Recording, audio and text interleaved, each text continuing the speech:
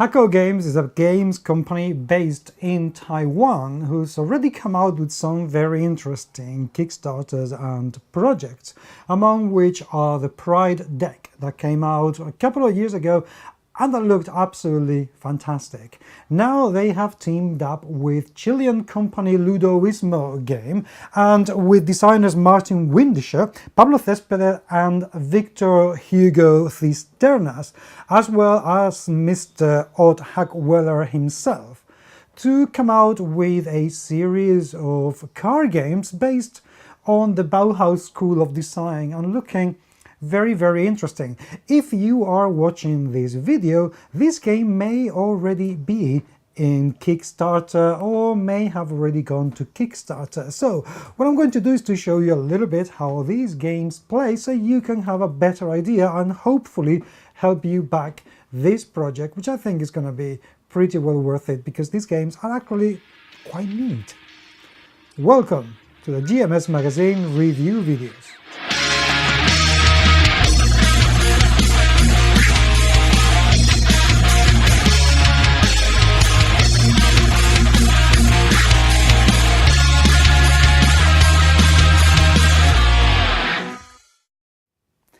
This little box that I have here with me contains just the right number of cards to actually be able to play 3 games inspired in the Bauhaus School of Art. These are very simple cards, but actually very well thought out, I have to say. This game that you can see in this video, it's a pre-production copy. This is not the final product. So I don't know what it's going to look like or what it's going to feel like, but if it does feel like this one, that should be alright. Actually, because this, as pre-production copies go, this is actually very decently done.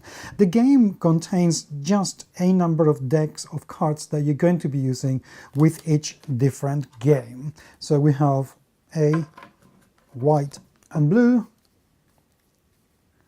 black and blue, red and black, and yellow and black. That's it. That's all there is so far in this box. Of course, I will be expecting to see some rules because right now, yes, I do have the PDF and I've been able to print them and play the game, but evidently this is not going to be present in the final game, so don't worry, this should be absolutely fine. Now these cards, each one of them is kind of decorated with different shapes. Why? Because these shapes are going to be used to play the games, and they're all kind of jigsaw puzzle and trick-taking games. All of them very simple and very quick, but also very playable. Seriously, very playable. Let me give you a quick overview. Firstly, Primar Red. In this game, each player is going to get 8 cards placed, just as you can see right now on the table, and there are 2 redundant cards that are not going to be played at all. At least not for this game, they will be used for other games. Now every card, as you can see here, they have some shapes. And the point is that we're going to be revealing these cards, swapping them around, or swapping them with one of our enemy, or opponent, I should say, and try to make full shapes with the cards. So you have 2 actions that you have to do, both of them. You have to flip one of your cards, and you have to either take a peek at one of your existing cards, swap with a card from your opponent, or swap 2 cards that you may have. For example, if you have something like this, nothing convenient is coming out, this is irritating, there you go. Something like this, you could swap 2 cards like so in order to create more shapes. As soon as shapes are completed, that card becomes locked and you cannot swap it or do anything at all with it. These are locked. At the end of the round, the person who's actually managed to make more shapes, and each shape is going to give you a number of points, that's it. That's the person who won the game. This is actually quite funny and quite fun game to do, because when you think, that you have done a number of these things and you have all your strategy all sorted out, your opponent will come, change a card of place and ruin everything. Absolutely, your whole life will be completely ruined, which is really, really irritating, because you have to start a new life again. But that's it. Oh, I forgot. You can also rotate your cards by 180 degrees. You can evidently do this, but you can't rotate them that way. And that's it. That is Primar Red. It plays in next to no time. It's very quick. It is very simple. It's very easy. But it's actually very, very good fun. And if you're somebody who likes to screw up with your opponent, this is certainly one to take a look at. Let's go for game number 2, Primar Blue.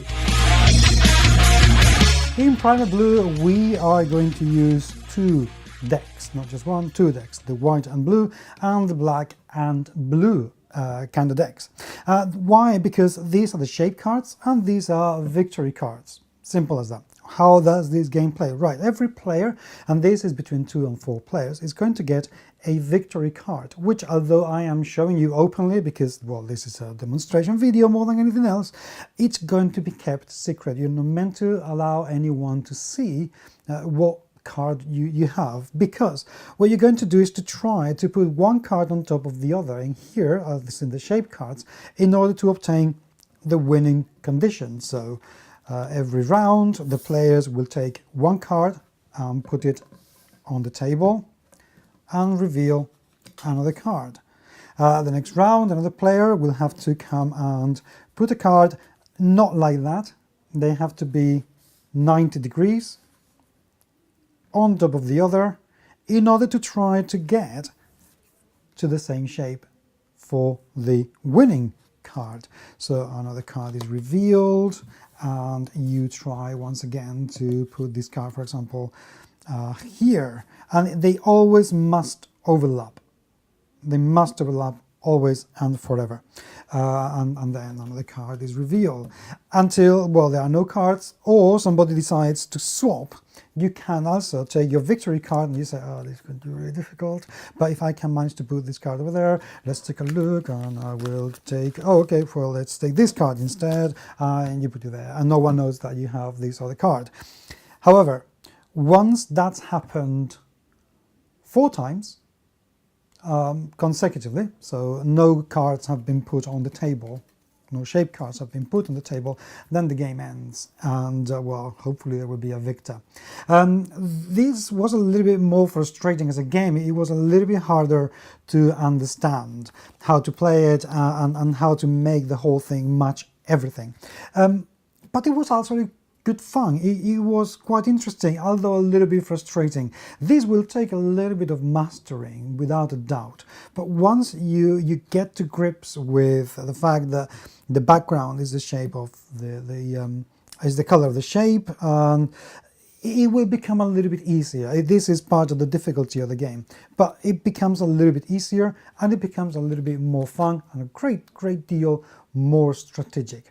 So this one, you have to persevere with it. But once you do, believe me, it's well worth it. It's a very nice little game. Let's go for the last game.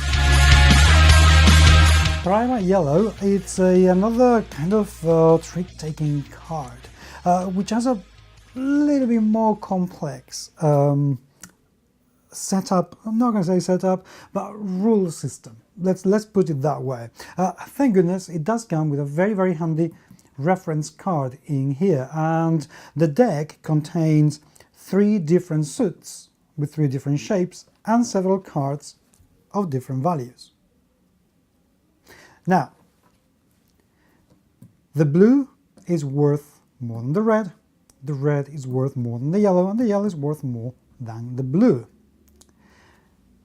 Everything trumps everything else. So 3 is higher than 2, 4 is higher than 3, 5 is higher than 4, but ace is higher than anything else. Simple as that.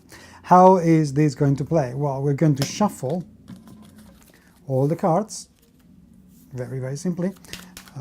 And what's meant to happen is that every player is going to take, this is a 2-player game, it's going to take 7 cards. So 1, 2, 3, 4, 5, 6, 7. 1, 2, 3, 4, 5, 6, 7. And there's 1 card that gets secretly discarded. What's going to happen on each round is that you are going to offer a card. Your opponent must take a card of a higher value, and if they don't have one of a higher value, they have to show one of the same suit. That's it. The person who gives the higher value wins the hand. At the end of the cards, the person who's actually got the most hands wins the turn and gets as many points as turns have been played, up to a maximum of 7 turns. So if you win the first turn, then you get 1 point. If you win the second turn, you get 2 points, so on and so forth. When 7 turns have been played, the player with more wins, more points, therefore wins the game. That is it. It is as simple as that. It doesn't really have anything else. It's incredibly simple, but it plays very well.